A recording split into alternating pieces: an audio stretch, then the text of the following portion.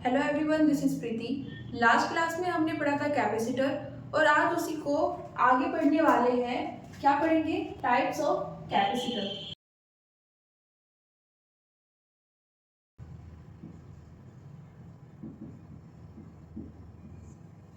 Last class में हमने क्या क्या देखा था, एक बार उसको रिवाइज कर लेते हैं।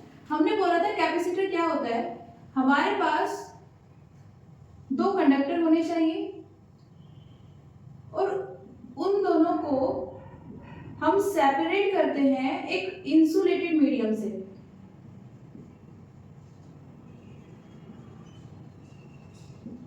ये दोनों कंडक्टर्स किसी भी शेप एंड साइज के हो सकते हैं, लेकिन दोनों की शेप एंड साइज लगभग इक्वल होनी चाहिए। ओके, एक का एरिया ए है तो दूसरे का भी ए ही होना चाहिए। ओके, अब इसके एग्जाम्पल में हमने लिया था दो पैरेलल प्लेट्स को। इंसुलेटेड मीडियम की फॉर्म में इन प्लेट्स के बीच में वैक्यूम है। ओके, इस तरह का एक अरेंजमेंट क्या हो जाता है? कैपेसिटर। और कैसा कैपेसिटर? Parallel plate capacitor. अभी कैपेसिटर काम क्या करता है? एनर्जी या चार्ज को स्टोर करता है ना? कैसे स्टोर करेगा, कहां कहां पर हम इसको यूज करते हैं, वो हम लास्ट क्लास में देख चुके हैं। इसके बाद क्या था? कैपेसिटेंस। अब कैपेसिटर तो एक एलिमेंट की तरह हो गया है ना। इसकी स्ट्रेंथ कितनी होती है वो हमें कौन बताएगा? कैपेसिटेंस। इसको रिप्रेजेंट करते थे कैपिटल सी से और ये कितना था? Capital Q by V. ये नेट चार्ज होगा किस पर? प्लेट्स पर। अगर हम ये पैरेलल प्लेट कैपेसिटर ले रहे हैं, इन जनरल लिखे तो net charge on the conductor. Okay, और ये क्या हो जाएगा? Potential difference between the conductors. Okay, इस केस में potential difference between these two plates. Okay, next हमने क्या बोला था कि हमारे पास ये जो कैपेसिटर है, फर्स्ट थिंग ये हमेशा पॉजिटिव होता है। ओके, तो अगर हमारे पास चार्ज के लिए तो हमारे पास ऑप्शन होता है, क्योंकि हमने बोला है कि कंडक्टर्स को जब चार्ज करेंगे तो जितना एक पर होगा उसका ऑपोजिट दूसरे पर होगा, है ना। कुछ ऐसे कि नेट चार्ज कितना होना चाहिए? 0। कैपेसिटर ओवरऑल न्यूट्रल रहना चाहिए। ओके, तो इसके लिए एक के पास प्लस क्यू चार्ज है तो दूसरे के पास माइनस क्यू। तो यहाँ पर तो हमारे पास ऑप्शन है, हमें यहाँ पर सिर्फ वैल्यू रखनी है, क्वांटिटी कितनी है चार्ज की, तो हम प्लस क्यू रख लेंगे। अब अगर हमारे पास पोटेंशियल डिफरेंस नेगेटिव आ जाता है, हमने कैलकुलेशन की लेकिन पोटेंशियल डिफरेंस नेगेटिव आ गया, तो क्या करना है? यहाँ पर जो कैपेसिटेंस है उसको हमेशा पॉजिटिव रखना है। उसके लिए क्या कर सकते हैं? ये तो सीधे सीधे नेगेटिव चार्ज को छोड़ दीजिए, है ना, या फिर क्या ले लीजिए? मॉडुलस, है ना। अब होता क्यों है ऐसा? क्योंकि हम C को रिप्रेजेंट कर रहे हैं स्ट्रेंथ के लिए। ओके, और कैपेसिटर की स्ट्रेंथ कभी भी नेगेटिव नहीं हो सकती है। हमारी कुछ ऐसे कन्वेंशंस हैं। Okay, specifically convention of current. इस कन्वेंशन के बारे में नेक्स्ट चैप्टर में बात करेंगे, लेकिन इसकी वजह से कभी कभी ऐसा हो जाता है कि हमारे पास वैल्यू कैसी आ जाती है? नेगेटिव। ओके, अभी क्या है? हमारे पास ये स्ट्रेंथ है, ये हमेशा कांस्टेंट होनी चाहिए जब हम किसकी बात करते हैं? चार्ज और पोटेंशियल की टर्म्स में। ये हमेशा कांस्टेंट नहीं रहती है। अगर आपने जो हमारे पास कंडक्टर्स है इनका शेप और साइज या फिर इनके बीच का ये जो सेपरेशन है इसको अगर चेंज कर दिया गया तो क्या होगा? कैपेसिटेंस चेंज हो जाएगी। ओके, ये फिक्स है, इसको चेंज कर रहे हो तो ऑटोमेटिक ये चेंज हो जाएगा, इसको चेंज कर रहे हो तो ऑटोमेटिक ये चेंज हो जाएगा, लेकिन ये फिक्स रहेगा। ओके, अब बात करते हैं अपने टाइप्स की। तो देखो हमारे पास 3 तरह के कैपेसिटर होते हैं। ओके, कौन कौन से? फर्स्ट होता है हमारे पास स्फेरिकल कैपेसिटर।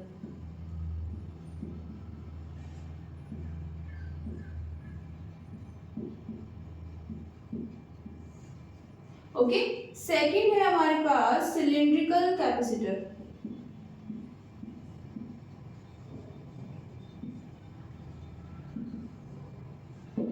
और थर्ड होता है पैरेलल प्लेट कैपेसिटर।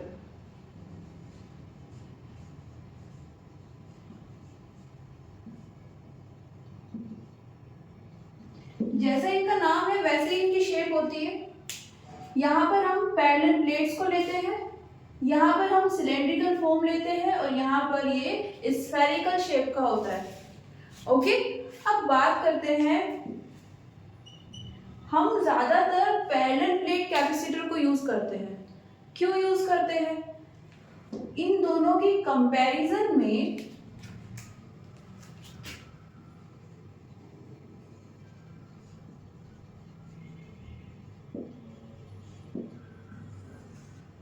इन दोनों की जो मैन्युफैक्चरिंग होती है वो कॉस्टली होती है। किसकी कंपैरिजन में? कैपेसिटर।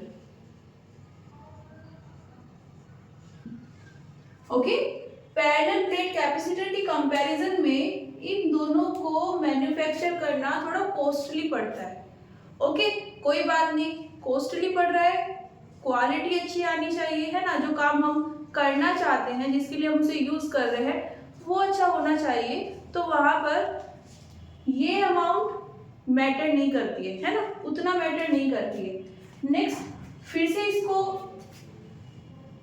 चेक किया गया तो देखा गया कि यहाँ से हमारे पास जो कैपेसिटेंस आ रही है, कैपेसिटेंस मतलब इस तरह के कैपेसिटर्स की जो स्ट्रेंथ होती है एनर्जी को स्टोर करने की, वो काफी कम है।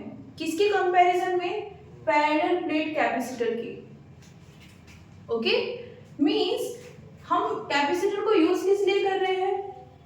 इसके लिए, है ना, क्योंकि इसके पास स्ट्रेंथ है चार्ज को या एनर्जी को स्टोर करने की, और वही क्या आ रही है?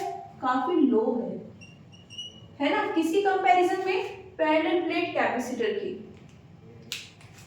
कॉस्टली है, फिर भी अगर इसको डिजाइन किया जाए तो कैपेसिटेंस काफी लो आती है। एक और क्या होता है, जब हम कैपेसिटर को चार्ज कर देते हैं तो चार्ज के कारण वहां पर इलेक्ट्रिक फील्ड प्रोड्यूस होती है। ओके, जब कैपेसिटर लेके उसको चार्ज करेंगे तो कंडक्टर्स के पास चार्ज होगा और उसके कारण वहां पर एक इलेक्ट्रिक फील्ड आएगी। अब ये इलेक्ट्रिक फील्ड यूनिफॉर्म होनी चाहिए। यूनिफॉर्म होगी तो क्या होगा? हम कैपेसिटर के बिहेवियर को इजीली और एक्यूरेटली प्रिडिक्ट कर पाएंगे। ओके, मतलब प्रिडिक्शन कर सकते हैं कि कैपेसिटर किस तरह से बिहेव करने वाला है। ओके, लेकिन इसके केस में यूनिफॉर्म तो होगी, लेकिन सिर्फ कुछ लेवल तक, है ना। जब हम इन दोनों की बात करते हैं तो कुछ लेवल तक तो वो यूनिफॉर्म रहती है, उसके बाद नॉन यूनिफॉर्म हो जाती है। ओके, तो ओवरऑल अगर बात करें तो मैन्युफैक्चरिंग वाइज कॉस्टली है। जो काम होता है इनका एनर्जी को स्टोर करना, वो भी काफी कम कर रहे हैं, है ना। अगेन हमारे पास इलेक्ट्रिक फील्ड कैसी होनी चाहिए? यूनिफॉर्म, सो दैट हम कैपेसिटर के बिहेवियर को प्रिडिक्ट कर पाए, वो भी नहीं है ना। मीन्स ओवरऑल जो क्वालिटी है वो काफी कम रहती है। इसीलिए हम इन दोनों को काफी कम और स्पेसिफिक जगहों पर यूज करते हैं। मीन्स कुछ पर्टिकुलर सिचुएशंस होती हैं, जिस तरह से ये वर्क करते हैं वैसी ही वर्किंग हमें वहां पर चाहिए होती है, तो सिर्फ वहां पर हम इनको यूज करते हैं। Otherwise most of the cases में इस कैपेसिटर को यूज किया जाता है। ओके, अब क्या करेंगे? पैरेलल प्लेट कैपेसिटर लेते हैं,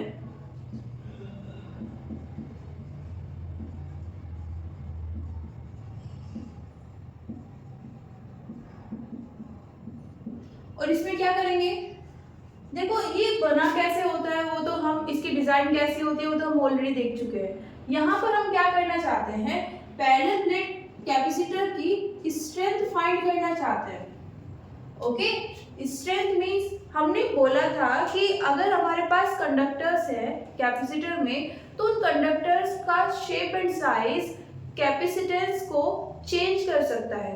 तो क्या करने वाले हैं, जो कैपेसिटर है उसके कंडक्टर की शेप एंड साइज को फिक्स करते हैं। ओके, किस फॉर्म में? पैरेलल प्लेट कैपेसिटर लिया है तो शेप कैसी होने वाली है? प्लेट्स की फॉर्म होगी, है ना, स्क्वायर या रेक्टेंगुलर शेप। ओके, तो शेप तो फिक्स हो गई। सेकंड क्या करना है? एरिया फिक्स करना है। ओके, एरिया फिक्स करते हैं, शेप एंड साइज फिक्स करते हैं और क्या निकालेंगे? कैपेसिटेंस। क्या देखना चाहते हैं कि कैपेसिटेंस, एरिया और सेकंड क्या था? सेपरेशन बिटवीन दी कंडक्टर्स, जिसको हम डी से डिनोट कर रहे थे, उन पर किस तरह से डिपेंड करती है। ओके, ये हम यहां से निकालना चाहते हैं। तो स्टार्ट करते हैं।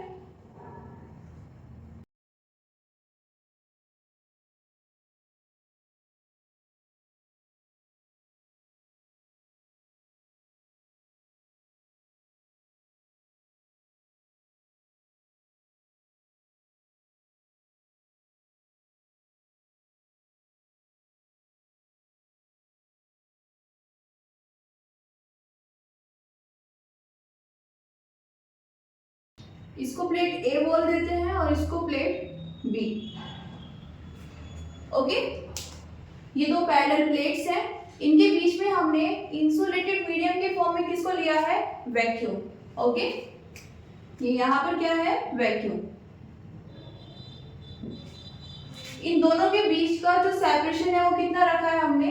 डी रखा है।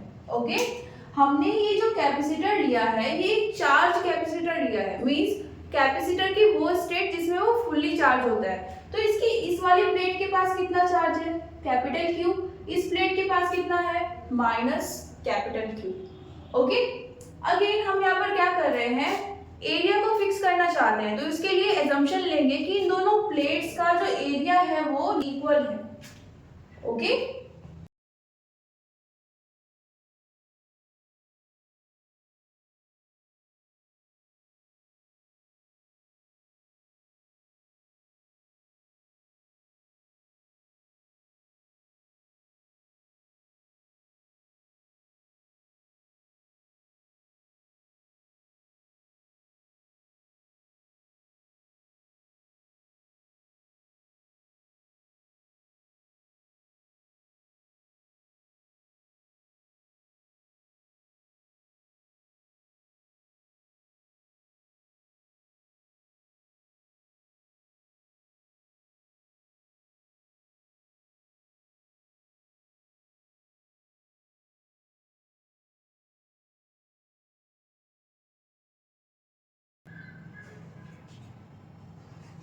तो क्या किया है हमने यहाँ पर? एक और assumption लिया है। क्या assumption है?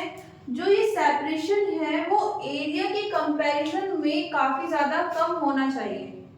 ओके, मींस एरिया अगर हमारे पास 100 मीटर स्क्वायर है तो डी कितना होना चाहिए? इसकी कंपैरिजन में काफी कम, मींस 0.1 मीटर के अराउंड। ओके, तो इतना गैप इनके बीच में होना चाहिए और उससे क्या होगा? हमारे पास जो इलेक्ट्रिक फील्ड आएगी वो कैसी होगी? यूनिफॉर्म। और ये इलेक्ट्रिक फील्ड आएगी कहाँ पर? बिटवीन द प्लेट्स, मींस ये जो हमने स्पेस लिया है जिसमें हमने बोला है कि वैक्यूम है, यहाँ पर हमारे पास एक यूनिफॉर्म इलेक्ट्रिक फील्ड आ जाएगी। ओके, फर्दर क्या करेंगे?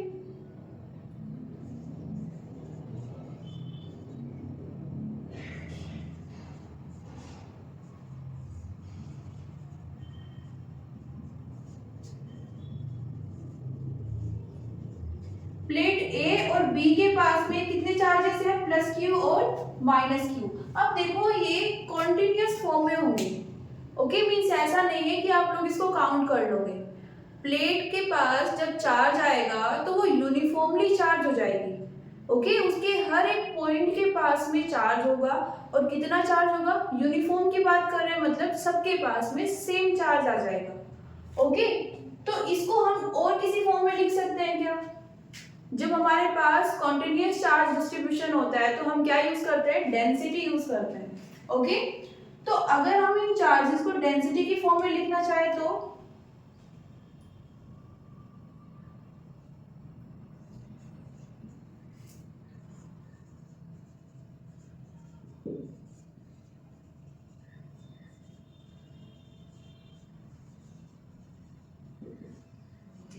हमारे पास प्लेट है, प्लेट का एक सरफेस एरिया होता है, ओके।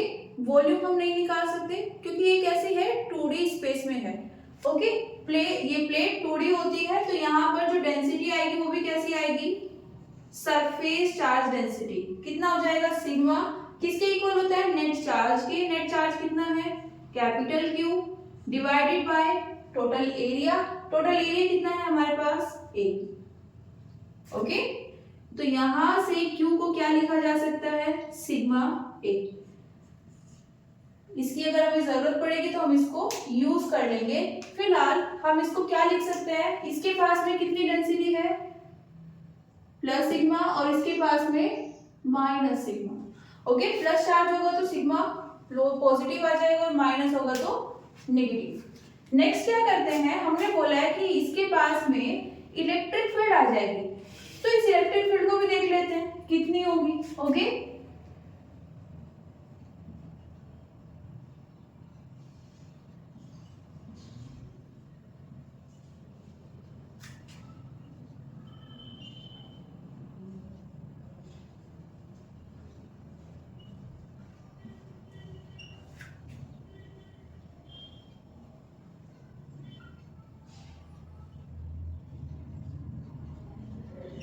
इसके लिए क्या किया है, हमने एक रैंडम पॉइंट ले लिया है P। सपोज ये यहां पर है, okay.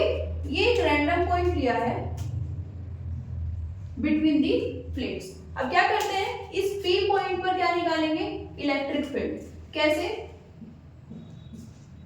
Net electric field equals to क्या हो जाएगा,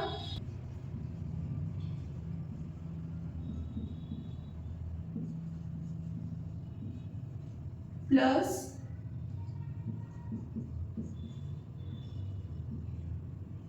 due to negative plate, okay. अब हम फर्स्ट चैप्टर में पढ़ चुके हैं कि अगर हमारे पास एक प्लेट है, उसके कारण उसके आसपास किसी भी पॉइंट P पर हम इलेक्ट्रिक फील्ड निकालना चाहें तो कितनी आएगी, sigma by epsilon not. Means जितना उस प्लेट पर चार्ज होगा उसको डिवाइड करना है किससे, 2 एप्सिलॉन नॉट से, ओके। इतनी इलेक्ट्रिक फील्ड कौन एक्सपीरियंस करेगा, पॉइंट P, ओके। तो यहां पर हम इसको क्या लिख सकते हैं, net electric field at point P equals to, firstly लेंगे ड्यू टू पॉजिटिव प्लेट। इस पॉजिटिव प्लेट पर कितना चार्ज है, प्लस Q, डेंसिटी कितनी है, प्लस सिग्मा। तो इस पॉइंट पर कितना इलेक्ट्रिक फील्ड आएगा, ये पॉइंट कितना इलेक्ट्रिक फील्ड एक्सपीरियंस करेगा,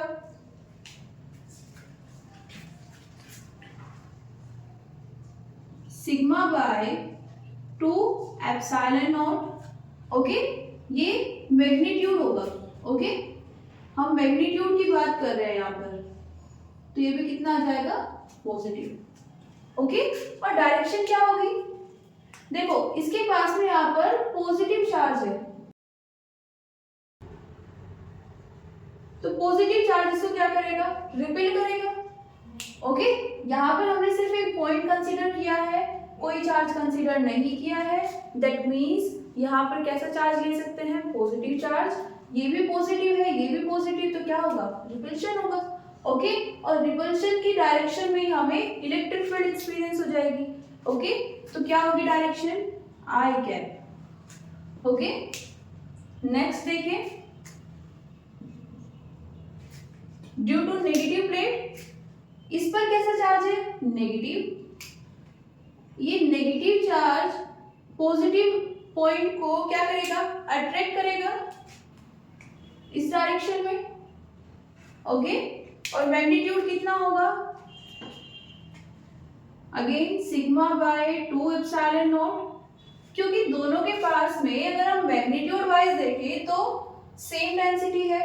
ओके, और यहाँ पर डायरेक्शन क्या आ जाएगी, अगेन आई कैप, इसको क्या लिख सकते हैं, E net equals to 2 sigma by 2 epsilon naught i cap, कितना हो जाएगा ये, net equals to sigma by epsilon naught i cap. Okay, तो ये हमारे पास क्या आ गई है, electric field at point P. अब ये पॉइंट पी आप कहीं पर भी ले सकते हो। ओके, ऐसा नहीं है कि इसके पास में होना चाहिए या इसके पास होना चाहिए, इस पूरे रीजन में कहीं पर भी लिया जा सकता है, सेम इलेक्ट्रिक फील्ड आएगी। यही गेन करने के लिए हमने क्या किया था, ये वाली कंडीशन को यूज किया था। इसकी वजह से क्या आया, हमारे पास यूनिफॉर्म इलेक्ट्रिक फील्ड आ गई। मींस हम इस स्पेस का कोई भी एक पॉइंट ले ले, उस पर इलेक्ट्रिक फील्ड फाइंड कर ले, तो बाकी के पॉइंट पर भी हमें सेम मैग्नीट्यूड मिल जाएगा, किसका, इलेक्ट्रिक फील्ड का, और साथ में डायरेक्शन भी सेम रहेगी। ओके, यूनिफॉर्म के लिए मैग्नीट्यूड और डायरेक्शन दोनों सेम होनी चाहिए। नेक्स्ट, इसको मैग्नीट्यूड फॉर्म में रखें तो कितना आएगा, sigma by epsilon not. Okay, इसको ले लेते हैं इक्वेशन नंबर 2।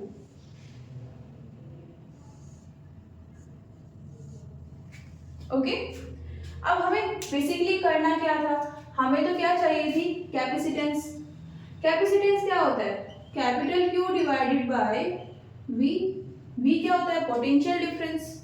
ओके, तो क्या करेंगे, 400 है हमारे पास, इंफॉर्मेशन है हमारे पास कि कितना चार्ज है, capital Q.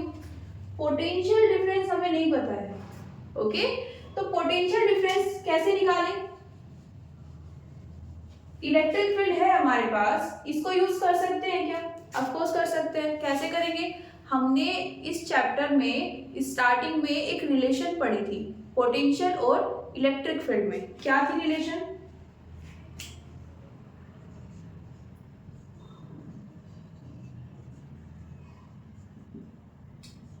dV equals to minus E D R cos theta. हम यहाँ पर इसकी सिर्फ पॉजिटिव वैल्यू लेंगे। ओके, तो इसको इस तरह से लिख लेते हैं। ओके, हमें कैपेसिटेंस कैसी चाहिए, पॉजिटिव, उसके लिए पोटेंशियल डिफरेंस कैसे रखेंगे, पॉजिटिव। तो उसके लिए क्या करते हैं, यहाँ पर ये एक्चुअली में हमारे पास कंडीशन है जो हमने डेराइव की थी, इसमें दोनों साइड मॉडुलस ले लेते हैं, उससे क्या आएगी, हमारे पास पॉजिटिव वैल्यू आ जाएगी। ओके, क्या करेंगे नेक्स्ट,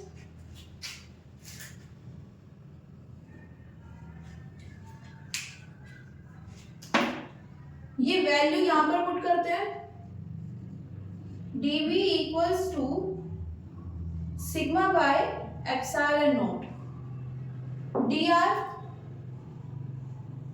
कोस थीटा। ओके,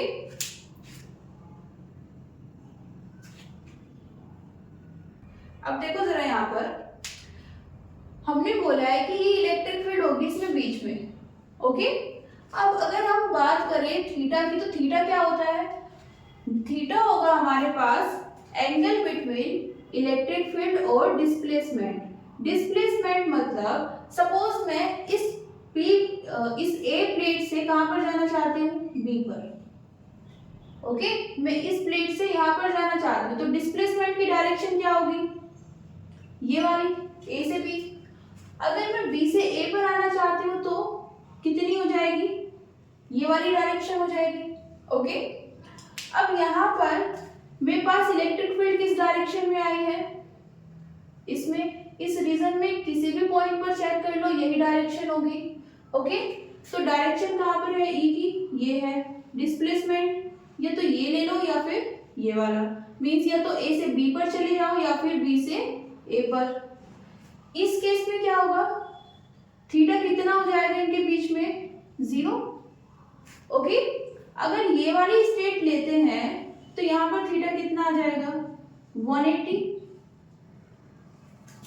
अब देखो यहाँ पर हमने लिए हैं मॉडुलस। ओके, तो या तो आप यहाँ पे क्या कर लो, थीटा को 0 रख लो या फिर 180, आंसर सेम आएगा। ओके, क्योंकि मॉडुलस है, नेगेटिव साइन जो आएगा दोनों के डिफरेंस के कारण वो पॉजिटिव में कन्वर्ट हो जाएगा। ओके, तो यहां से dv इक्वल्स टू कितना लिख सकते हैं, sigma by epsilon naught dr, और इसको कितना ले लेंगे 1।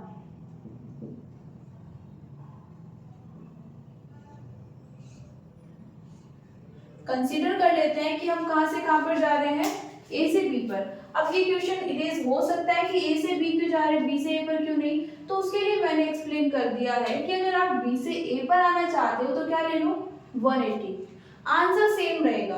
ओके, क्योंकि हमने यहाँ पर क्या लिया है मॉडुलस। ओके, हमने मॉडुलस लिया है इसलिए आंसर सेम रहेगा। तो आगे करते हैं।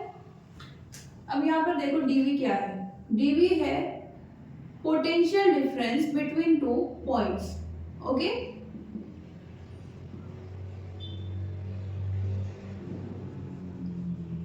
पोटेंशियल डिफरेंस भी बोल सकते हैं, पोटेंशियल ड्रॉप भी बोल सकते हैं।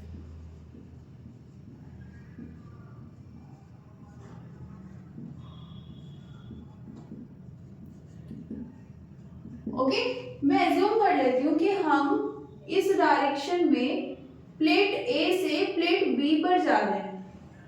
ओके, तो इस केस में हम इसको क्या बोल सकते हैं, लेट dv कितना है v के इक्वल है, और उसको हम क्या मान रहे हैं, पोटेंशियल डिफरेंस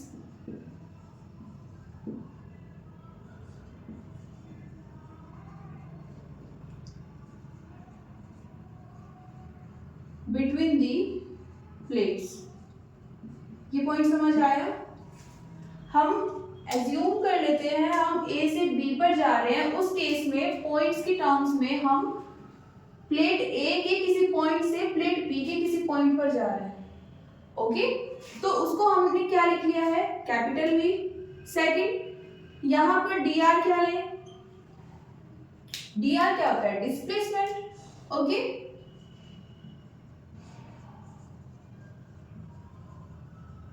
या फिर क्या बोल सकते हैं, स्मॉलेस्ट डिस्टेंस। ओके, हम यहाँ पर इस प्लेट से इस प्लेट पर जा रहे हैं, तो स्मॉलेस्ट डिस्टेंस क्या होगी, between plate A and B. Okay, वो क्या हो जाएगा हमारा, यहाँ पर डिस्प्लेसमेंट हो जाएगा। अब देखो हम अगर स्ट्रेट जाएंगे, ओके, अगर स्ट्रेट जाएंगे सिर्फ वही एक पॉसिबल कंडीशन है कि हमारे पास स्मॉलेस्ट डिस्टेंस आएगी, तो उसी को हम क्या बोलेंगे, डिस्प्लेसमेंट। और यहाँ पर हमने ये कितनी ली है डिस्टेंस, d, सेपरेशन। ओके, तो जितनी ये डिस्टेंस है उतनी ही हम डिस्प्लेसमेंट कवर करेंगे, तो इसको क्या बोल देते हैं, यहाँ पर dr कितना है, d। ओके, अब क्या करते हैं, इस d को इस v को कहां पर पुट करते हैं, यहाँ पर कितना आ जाएगा हमारे पास,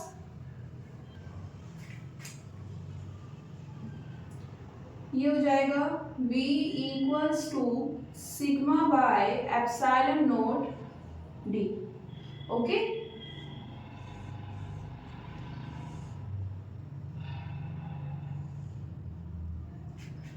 कितना हो जाएगा ये, इसको ले लेते हैं इक्वेशन नंबर 3। ओके, अब पोटेंशियल आ गया है, क्या करेंगे, कैपेसिटेंस निकालेंगे। उसके लिए क्या यूज करेंगे, C equals to Q by V। यहाँ पर Q क्या है, नेट चार्ज, हमने कैपेसिटर, कैपेसिटर्स प्लेट कितना है, कैपिटल Q, और V कितना ले लेंगे हम इस इक्वेशन से, sigma d bye epsilon not. Okay, अब अगर हम इसको फर्दर सॉल्व करना चाहें तो क्या कर सकते हैं, फ्रॉम इक्वेशन 1 हमारे पास क्या है, Q equals to sigma A. Okay, तो ये वैल्यू पुट करते हैं, यहाँ पर कितना आ जाएगा, sigma A epsilon naught divided by sigma D, ये कितना आ जाएगा, A epsilon naught by D. Okay,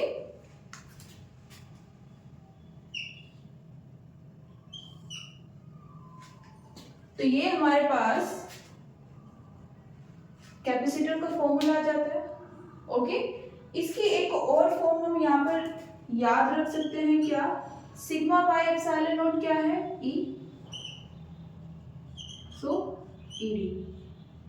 okay, because जब हम न्यूमेरिकल करते हैं, डेरिवेशन में तो हम सब डेराइव कर ही रहे हैं, न्यूमेरिकल में जो यूजफुल होगा, ओके, उसको यूज कर सकते हैं। तो यहां से हमारे पास कैपेसिटेंस कितनी आई है, A epsilon naught by D. जो हमने स्टार्टिंग में बोला था कैपेसिटेंस किस पर डिपेंड करती है, एरिया पर और सेपरेशन पर। तो एक्चुअली हमें फाइनली क्या मिल गई है, एग्जैक्ट कंडीशन की डिपेंड करती है। तो कैसे करती है, ए के लिए डायरेक्टली प्रोपोर्शनल है, ओके, किस पर, ए फॉर क्या है यहाँ पर, एरिया। ओके, कैपेसिटेंस एरिया के डायरेक्टली प्रोपोर्शनल है, मतलब एरिया को इंक्रीज करोगे तो क्या हो जाएगा, हमारी जो कैपेसिटेंस है वो इंक्रीज हो जाएगी। ओके, डी पर क्या है, इनवर्सली प्रोपोर्शनल है। ओके, मतलब अगर आप सेपरेशन को इंक्रीज करते हो, ओके, डी को आप इंक्रीज कर रहे हो, मीन सेपरेशन बढ़ जाएगा प्लेट्स के बीच में। तो अगर सेपरेशन बढ़ा दिया तो जो कैपेसिटेंस है वो कम हो जाएगी। ओके, इनवर्सली प्रोपोर्शनल मतलब एक को अगर इंक्रीज करोगे तो दूसरा कम हो जाएगा, डायरेक्टली प्रोपोर्शनल मतलब एक को इंक्रीज करोगे तो दूसरा भी इंक्रीज हो जाएगा। ओके, इसको फाइंड करने के लिए हमने क्या क्या कंडीशंस यूज की है, हमारे पास डी कैसा होना चाहिए, ए से काफी कम होना चाहिए। एज अ रिजल्ट हमारे पास क्या आ जाएगी, यूनिफॉर्म इलेक्ट्रिक फील्ड।